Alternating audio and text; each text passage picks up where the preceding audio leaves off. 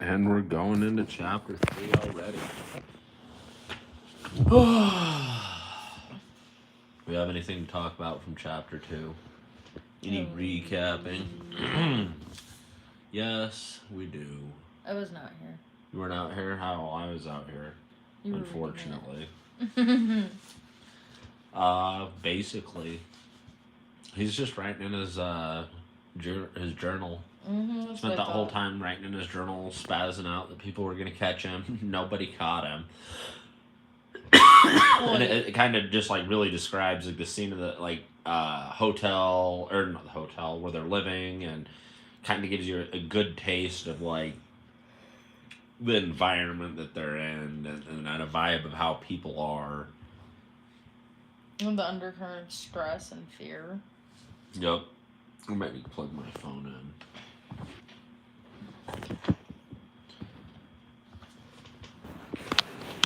Thanks.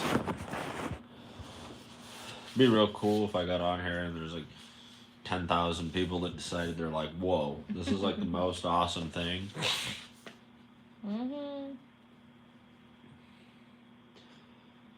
Winston was dreaming of his mother.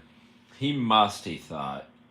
He must have been 10 or 11 years old when his mother had disappeared. She was tall. She was a tall, statuesque, rather silent woman with slow movements and magnificent fair hair. His father, he remembered more vaguely as dark and thin, dressed always in neat clothes. Winston remembered especially the very thin soles of his father's shoes, and wearing spectacles. The two of them must evidently have been swallowed up in one of the first great purges of the 50s. Oh, so they've been like purging these people out too. They've been actively trying to clear that out. Yeah. Well, yeah, because it's like me and you've talked about. You have to get rid of the older generations who know better, know what rights they have. Yep. Like they know. Oh yeah. I want to put a poll on here, a question or whatever. That's why they say ignorance is whatever. I can't remember. My brain's not working. But because for them it is power. When people are ignorant and don't know better. Yeah. And they're just doing their thing because it's a done thing. Yep.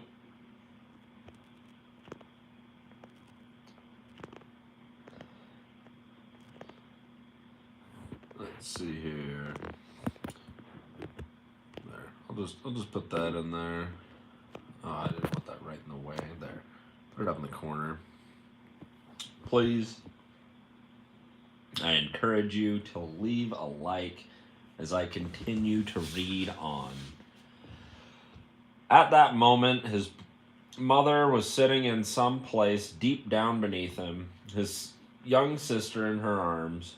He did not remember his sister at all, except as a tiny, feeble baby, always silent, with large, watchful eyes. Both of them were looking up at him. They were down in some subterranean place, the bottom of a well, for instance, or a very deep grave.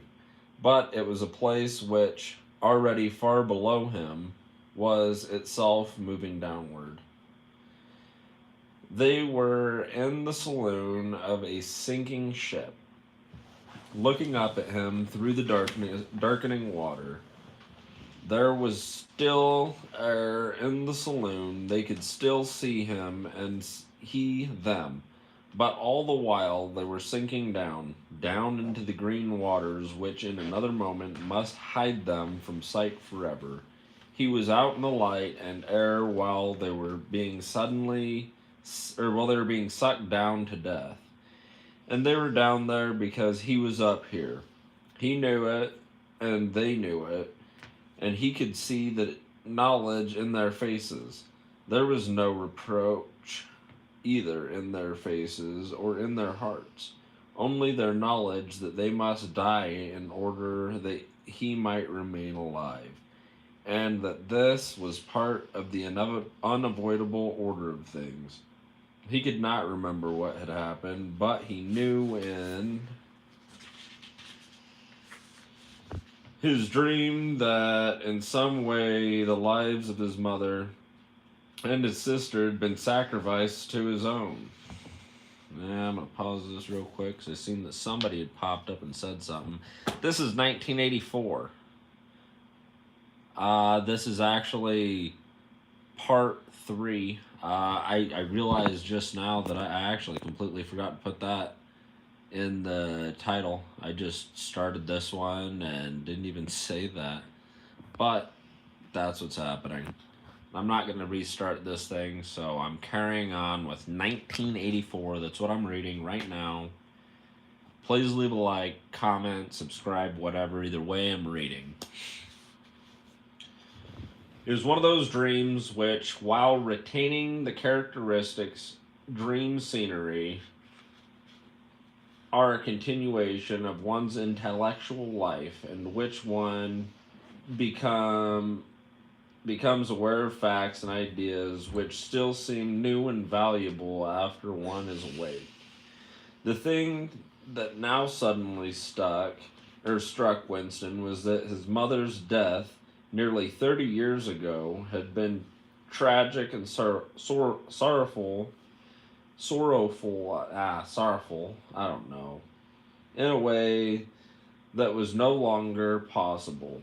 Tragedy, he perceived, belonged to the ancient time, to a time when there was still privacy, love, and friendship, and when the members of a family stood by one another without needing to know the reason. His mother's memory tore at his heart because he had died, or she had died loving him when he was too young and selfish to love her in return, and because somehow he did not remember how she had sacrificed herself to conception of loyalty that was private and unalterable. Such things, he saw, could not happen today. Today there were fear, hatred, and pain, but no dignity of emotion, no deep or complex sorrows. All this seemed to see in the large eyes of his mother and sister, looking up at him through the green water, hundreds of fathoms down in the and still sinking. Which is pretty insane. I mean, honestly, it's insane.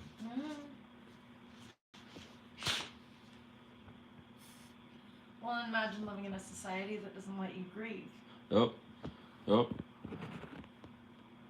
I'm gonna change this question real quick because I feel like since I neglected to put the right title on there, I could at least put that title in the question. Because this is chapter 3. And I don't really want to restart at this point. It's just like I'll post it with the right name, not rocket science.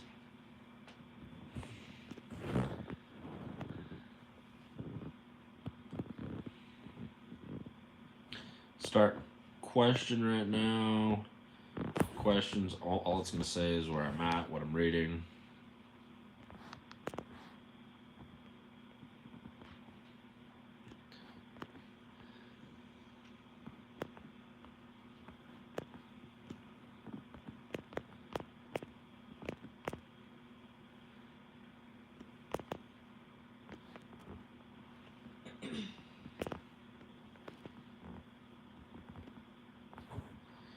Okay, I'm gonna set up in the corner. I'll carry on. I want to sit here all night. I'll carry on with this book. It's pretty interesting.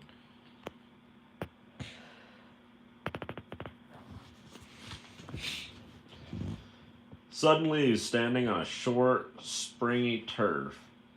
On the summer evening, when the slanting rays of the sun gilded the ground, the landscape that he was looking at recurred so often in his dreams that he was never fully certain whether or not he had seen it in the real world.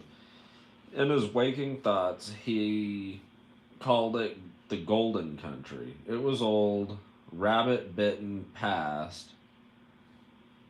Old rabbit bitten pasture with a foot track wandering across it and an old mole hole here and there. In the ragged hedge on the opposite side of the field, the boughs of the elm trees were swaying very faintly in the breeze, their leaves just stirring in the dense masses like women's hair.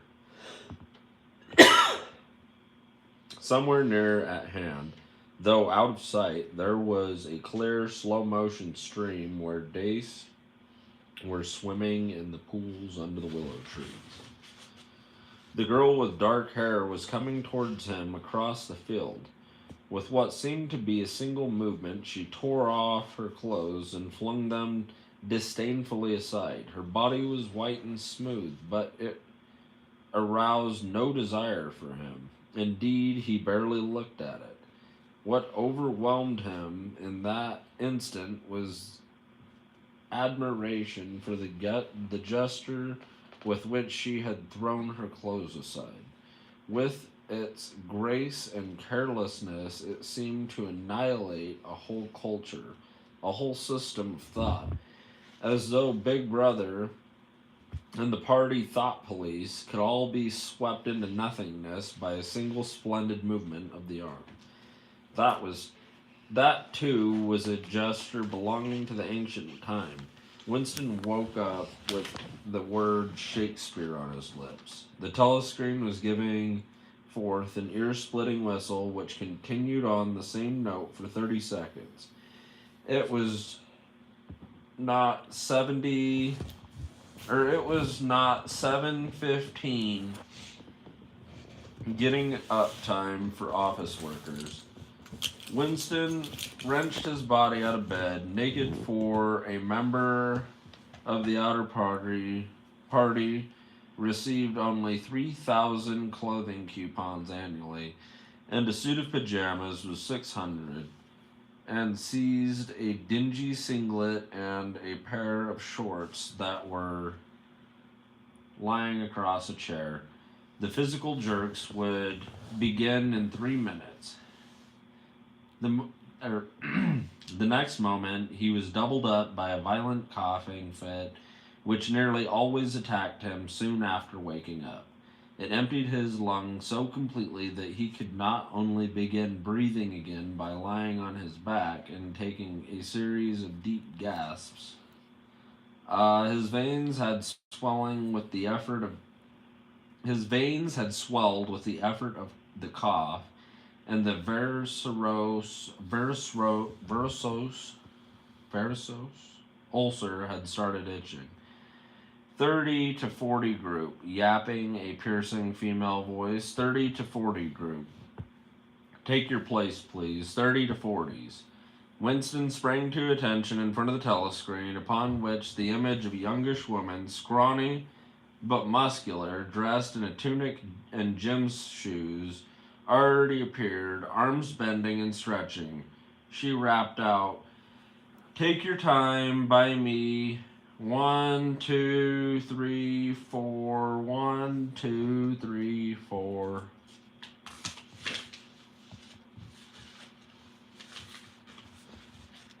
Come on, comrades. Put a bit of life into it. 1, 2, 3, 4. 1, 2, 3, 4. The pain of the coughing fit had not quite driven out of Winston's mind the impression made by his dream, and the rhythmic movements of the exercise restored it somewhat. As he mechanically shot his arms back and forth, wearing on his face the look of grim enjoyment was considered proper during the physical jerks. He was struggling to think his way backwards into the dim period of his early childhood. It was extraordinarily difficult. Beyond the late 50s, everything faded when there were no external records that you could refer to. Even the outline of your own life lost its sharpness. You remembered huge events which had probably not happened. You remembered the details of incidents without being able to recapture their atmosphere, and there were long blank periods to which you could assign nothing. Everything had been different then, even the names of countries and their shapes on the map had been different. Airstrip 1, for instance, had not been so called in those days.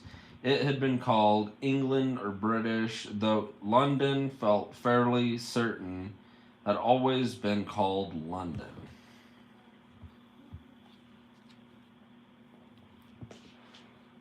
That's crazy. Mhm. Like, completely just like mind fucking these people. Mhm.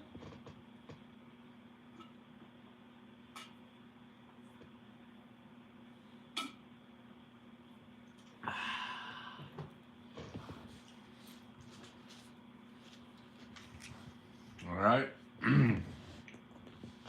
Let's carry on.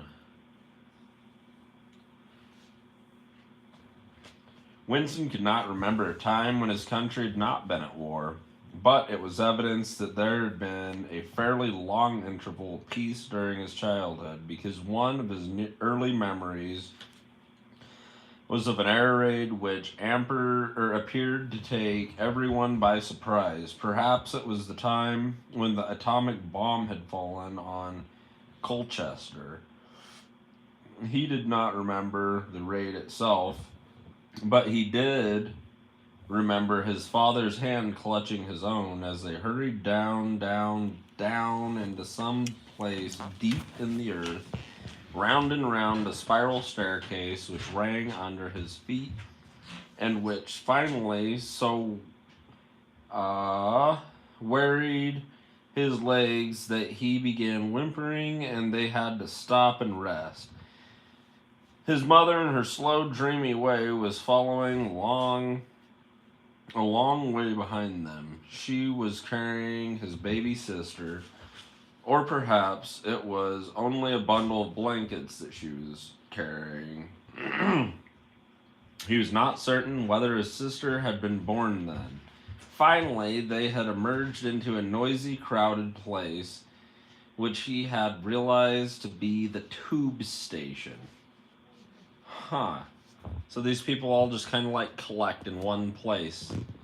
Interesting. And it makes me wonder if this must be like the before times. I don't know. Mhm. Yeah, this is the before times. If I remember it, his dreams are like, I don't know, like dreamy memories.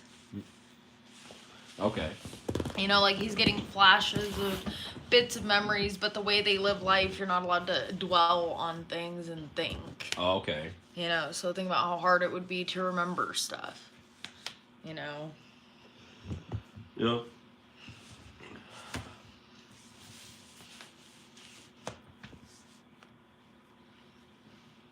Well, that, and it's like with the Mandela effect. Mm-hmm. Well, and there isn't. I don't know. I can't remember if we've gotten to the part where it describes what he actually does at work. Just wait. Yeah, we haven't gotten to that part yet. Just wait. I'm pretty sure that comes in chapter 4. Mm-hmm. There were people sitting all over the stone-flagged floor, and other people packed tightly together. Were sitting on metal bunks, one above the other. Winston and his mother and father found themselves in a place on the floor, and near them an old man and old woman were sitting side by side on a bunk. The old man had a decent dark suit and a black cloth cap pushed back from very white hair. His face was scarlet, and his eyes were blue and full of tears. He reeked of gin. It seemed to breathe out of his skin in place of sweat, and one could have fancied that the tears welling from his eyes were pure gin.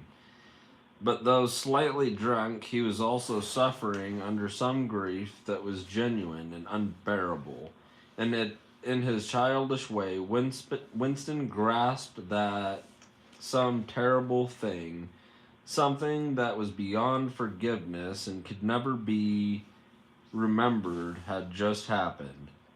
It also seemed to him that he knew what it was. Someone whom the old man loved, little granddaughter perhaps, had been killed. Every few minutes the old man kept repeating, "We didn't ought to have trusted him. I said so. Ma, didn't I? That's what come of trusting him. I said so all along. We didn't ought to have trusted the buggers." But which buggers they didn't ought to have trusted, Winston could not remember, or could not now remember, since about that time war had been literally continuous, though strictly speaking, it had not always been the same war. For several months during his childhood, there had been confused street fighting in London itself, some of which he remembered vividly.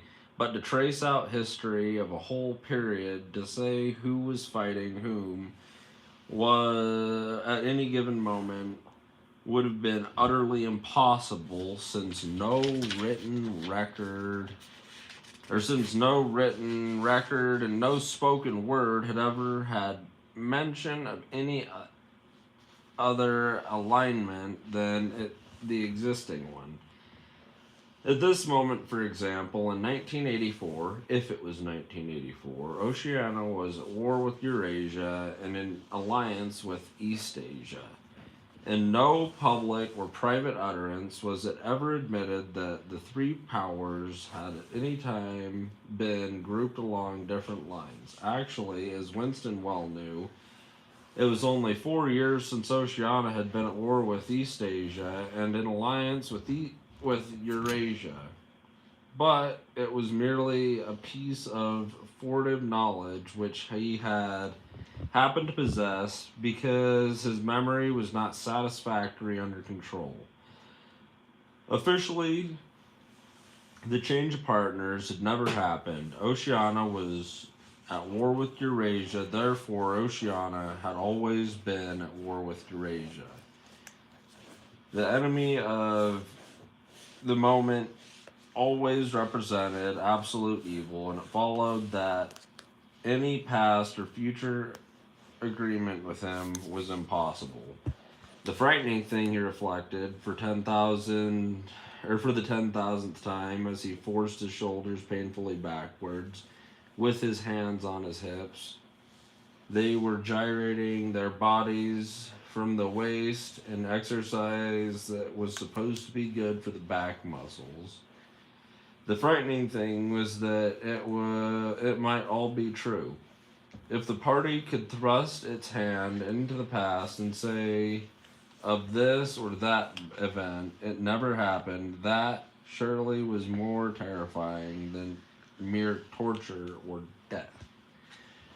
Hell yeah. Think about certain conflicts happening right now. Yeah, because they just change things as they see fit. That the history is like so fuzzy on, and there really isn't any history on it. Well, yeah, like we really just don't have any idea. We have no idea. Mm-hmm. I told you it's all by design. Like somebody is reading this book and thinking that this is a good idea. Mm-hmm. We know North Korea is doing it. That's obvious. Mm-hmm. Yeah, North Korea was like, hell yeah, how-to guide. North Korea was like, how-to guide to being Korea. Right. We'll just erase all knowledge that it was ever North Korea and South Korea. Right. It's always just been Korea. Like, what are you kooky idiots talking about? Mm-hmm. Yep.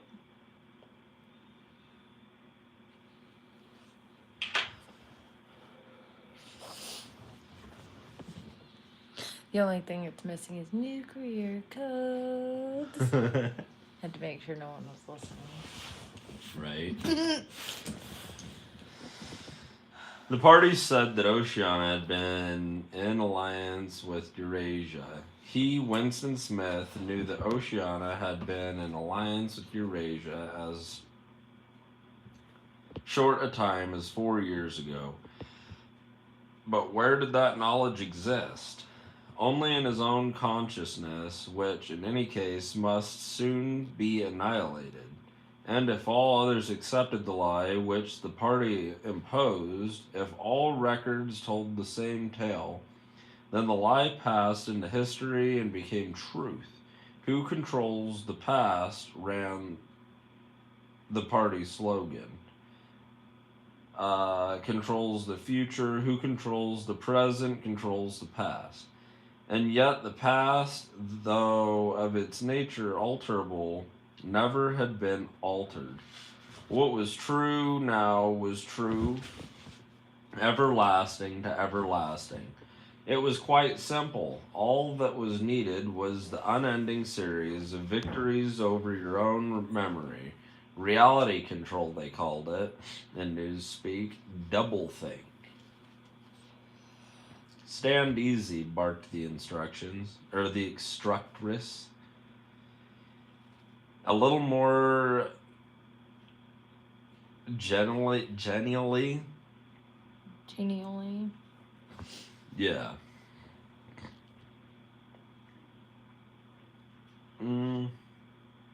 Winston sank his arms to his sides and slowly refilled his lungs with air.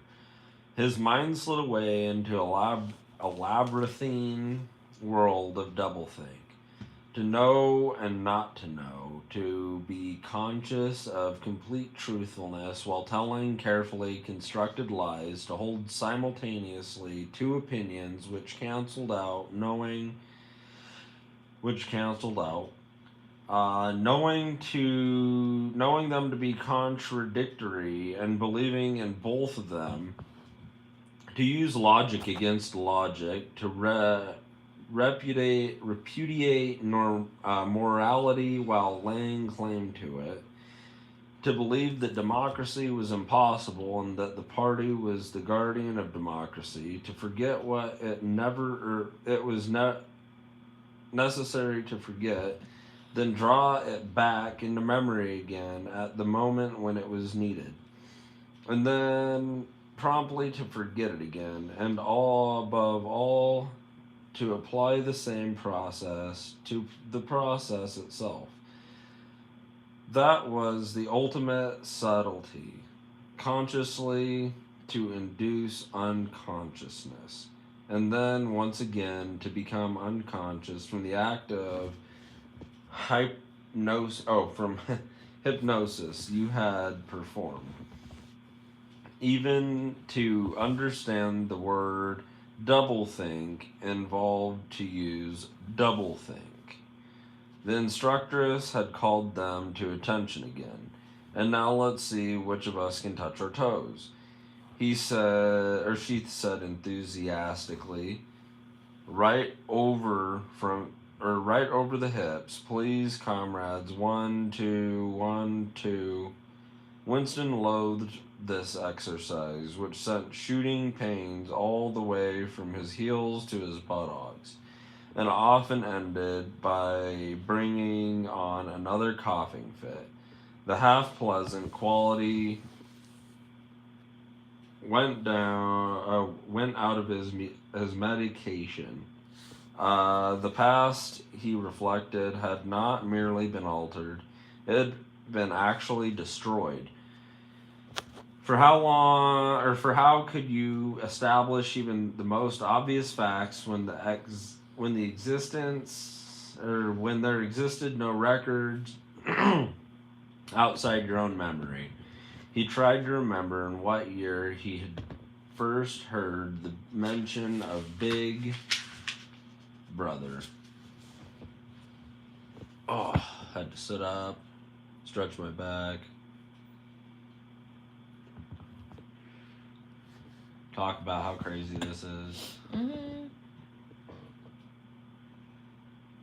Well, I don't know, even the forced physical exercise.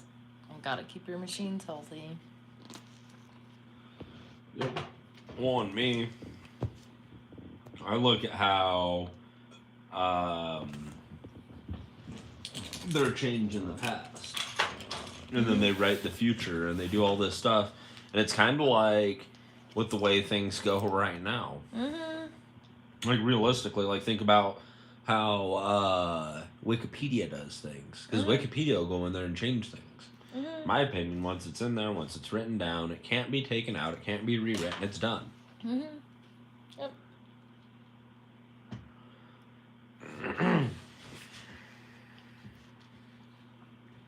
And anyways, can I have that? Of what? Yeah. You'd think more people would stop in here and watch just to escape the brain rot.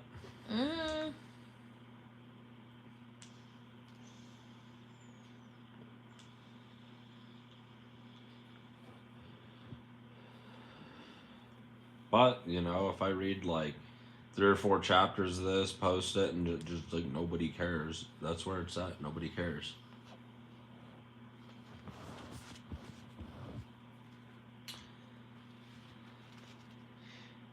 He must have thought. He thought it must have been at some time in the 60s, but it was impossible to be certain. In the party histories, of course, Big Brother figured as the leader and guardian of the revolution since its very earliest days. His exploits had been gradually pushed backwards in time until already they extended into the fabulous world of the 40s and the 30s, when the capitalists and their strange cylindrical hats still rode through the streets of London in great gleaming motor cars or horse carriages with with glass sides. There was no knowing how much of this legend was true, how much was invented. Winston could not remember at which date the party itself had come into existence. He did not believe he had ever heard the word Ingsoc before 1960, but it was possible that in its old speak form, English socialism, that is to say, it had been current earlier. Everything melted into mist. Sometimes, indeed, you could put your fingers on that definite lie. It was not true. For example, as he claimed in the party history books, that the party had invented airplanes. He remembered airplanes since his earliest childhood, but you could prove nothing. There was never any existence. Just once in his whole life he had held in his hands unmistakable documentary proof of all the falsification of historical fact, and on that occasion, Smith, screamed the screwish voice from the telescreen. 6079 Smith W. Yes, you. Bend lower, please. You can do better than that. You're not trying. Lower, please. That's better, comrade. Now stand at ease, the whole squad, and watch me. A sudden hot sweat had broke out over Winston's body.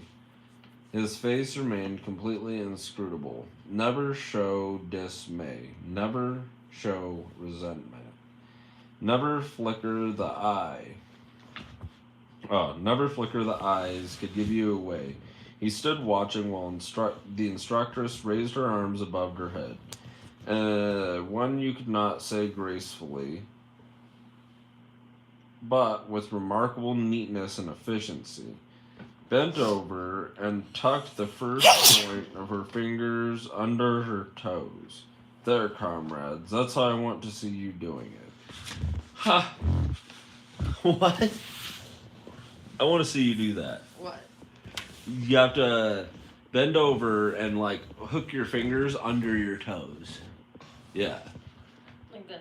Yeah. I could stand on my hand, babe. That's what she wants them to be doing. Yeah, At like because 40 years old. People should be able to, babe. Did you I know can't. that 40% of America or more can't breathe when they tie their shoes? I can't. I don't need to. That's not good that people are like this and like are either so fat or just so out of shape that they're like suffocating. I blow blood vessels in my eyes when I do it. You need fiber. Fiber? I don't think I need fiber. Probably. Is that my pen? Or my vape? Yeah. I have it. Watch me again. I'm 39 and I've had 4 children. Now look, she bent over again. You see my knees aren't bent. You can all do it if you want to. She added as she straightened herself up. Anyone under 45 is perfectly capable of touching his toes. We don't all have the privilege of fighting in the front line, but at least we can all keep fit. Remember our boys on the Malabar front and the sailors in the floating fortresses. Just think of what they have to put up with. Now try again. Better, comrade. That's much better, she added encouragingly, as Winston, with a violent lunge, succeeded in touching his toes with knees unbent for the first time in several years. And that's the end of this chapter. I'd ask if anybody had questions, but there is nobody. So, I guess if you got comments and you watch this later, I'd definitely like to see them. And if you enjoyed listening to it, if you made it through this, leave me a like. And don't forget to subscribe so you can be here for chapter 4.